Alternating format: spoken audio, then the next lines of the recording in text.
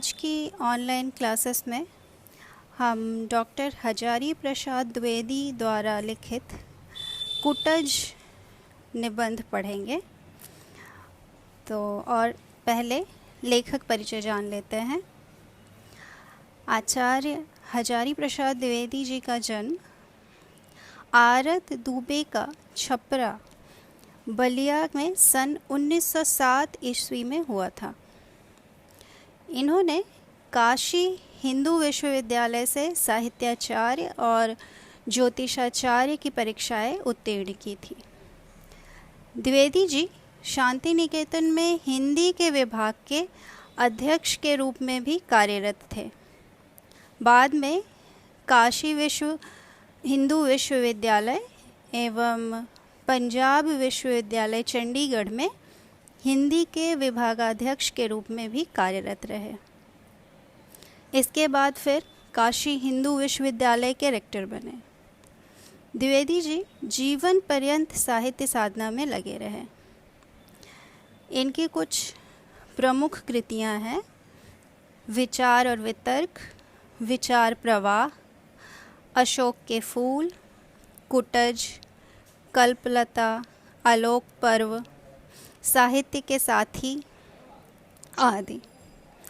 और सुर साहित्य, कबीर, हमारी साहित्यिक समस्याएं, साहित्य का मर्म आदि उनकी आलोचनात्मक रचनाएं हैं। और बाण भट्ट की आत्मकथा, अनाम दास का पोथा, चारूचंद्र लेखा, पुनर्नवा इनके उपन्यास थे। प्राचीन भारत का कला विकास, प्राचीन भारत के कलात्मक विनोद उनकी भारतीय संस्कृति और इतिहास के संबंधित रचनाएं हैं। और इन्होंने लखनऊ विश्वविद्यालय से इन्हें डी.लिट की उपाधि भी प्राप्त हुई थी और भारत सरकार ने इन्हें पद्म विभूषण सम्मान से भी सम्मानित किया था। और 19 मई 1979 ईस्वी को द्विवेदी जी का निधन हो गया था। तो आगे बढ़ते हैं और हम कुटज का सारांश पढ़ लेते हैं। तो ये कुटज निबंध एक ललित निबंध है।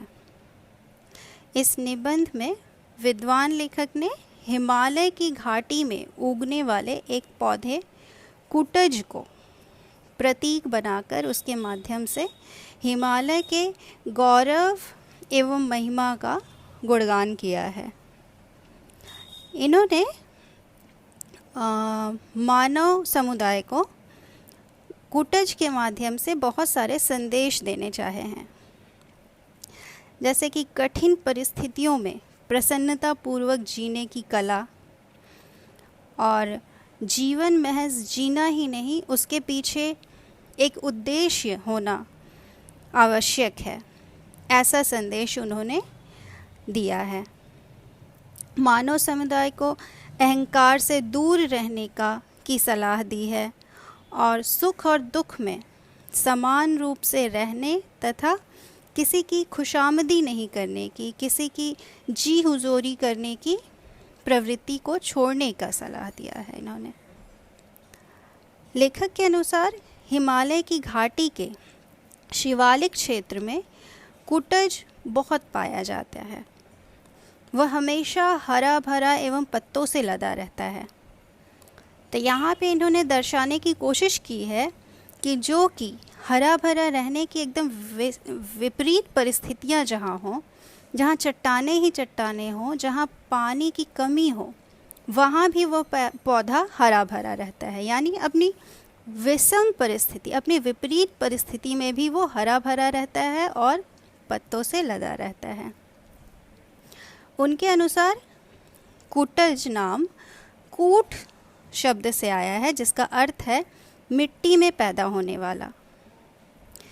लेखक नाम को समाज की मुहर मानते हैं, एक स्वीकृति मानते हैं। लेखक के अनुसार समाज जिसे जिस नाम से पुकारता है उसे व्यक्ति को अपनाना ही पड़ता है। लेखक कुटज की सुंदरता पर भी मुग्ध हैं। वह कहते हैं कि वह पत्थर की शिलाओं पर उगता है और उससे बलपूर्वक रस खींचकर हरा भरा एवं अलमस्त रहता है। अत्यंत विषम परिस्थिति में भी संघर्ष करता हुआ कुटज मानव को एक कठिन उपदेश से परिचित कराता है। कुटज हमें यह शिक्षा देता है कि वास्तव में जीवन एक कला है, जीना भी एक कला है। मानव को आनंद पूर्वक जीवन बिताना चाहिए। गिड़गिड़ाते हुए, दया की भीख मांगते हुए, रोते धोते हुए जीना व्यर्थ है। लेखक महान ऋषि याज्ञवल्क्य उपदेश का उदाहरण प्रस्तुत भी करते हैं। वो कहते हैं कि वास्तव में संसार के सारे संबंध स्वार्थ पर आधारित हैं और मनुष्य स्व के लिए जीता है, स्व यानी स्वार्थ के लिए। इसी प्रसंग में लेखक ने कुटज के माध्यम से मानव को प्रेरणा प्रदान करने की कोशिश की है। मनुष्य को आदर्श एवं लक्ष्यों को आधार बनाकर जीवन जीना चाहिए। लेखक के अनुसार जीवन में सुख और माधुर्य की प्राप्ति के लिए व्यक्ति को स्वार्थ की यानी तिलांजलि देनी होगी। उनके अनुसार स्वार्थी मनुष्य इतना दयनीय हो जाता है कि वह अपना व्यक्तित्व खोकर निरीह हो जाता है, असहाय हो जाता है।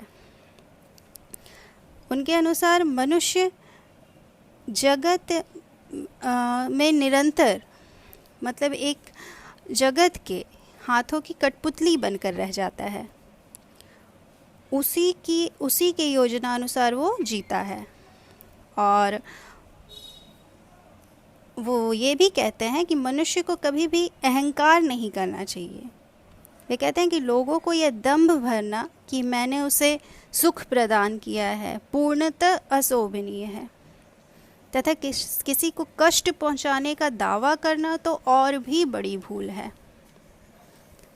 अंत में लेखक ने यह भी बताया है कि संसार में वही सुखी है जो स्ववश है। जिस व्यक्ति का अपने मन पर अधिकार नहीं, जो खुशामदी करता रहता है, वह हमेशा जो स्वार्थ के सिद्ध के लिए षड्यंत्र रचता रहता है, ऐसा जीवन जीना व्यर्थ है। वह कहते हैं कि कुटज सबसे अलग और सबसे विरक्त है। उसका मन उसके वश में है। वही वास्तव में एक सच्चा त्यागी है। लेखक ये भी कहते हैं कि कुटज वशी है। वशी यानी वो वश में है, वह वैरागी है। वह न परवश है न किसी के आश्रित है। वह अपने फकड़ाना मस्ती में अलमस्त होकर जी रहा है। तप्त वातावरण में भी हरा रहता है। वह जीवन के सभी मिथ्याचारों से मुक्त है। लेखक के अनुसार मानव को भी अपने मन पर नियंत्रण करना चाहिए, तभी वह सुखी जीवन जी सकता है। लेखक के शब्दों में, जिसका मन अपने वश में नहीं, वह दूसरे का छंदावर्तन करता है। वह अपने को छिपाने के लिए आडंबर करता है। आडंबर यानी मतलब दूसरों की नकल करता है, अपने को नकली चीज़ें होती हैं वो दिखाता है। दूसरों को फंसाने के लिए हमेशा जाल बिछाता है। उनके अनुसार मानव को भी कुटज के गुणों से प्रेरणा लेनी चाहिए। तो गुण क्या है? गुण ये है कि कुटज कैसे कठिन परिस्थिति, कैसे विषम परिस्थिति में भी अपने को हरा भरा रहता है। वो हारता नहीं है, वो लड़ता है और जीने की इच्छा रखता है। और ऐसा ही नहीं कि बस हमको जीना है इसलिए हम जी रहे हैं, उसके जीने का भी एक उद्देश्य है, अपने को हरा भरा रखना, उस विषम परिस्थिति में भी लड़ते रहना। और अपने को तो हरा भरा रख ही रहा है कुटज, दूसरे को भी प्रेरणा दे रहा है कि हमें कैसा जीवन जीना चाहिए। तो आज की क्लास में हम लोगों ने कुटज निबंध का सारांश पढ़ा और लेखक परिचय नेक्स्ट क्लास में मैं इसके कुछ इम्पॉर्टेंट लाइंस व्याख्या करूँगी। Thank you.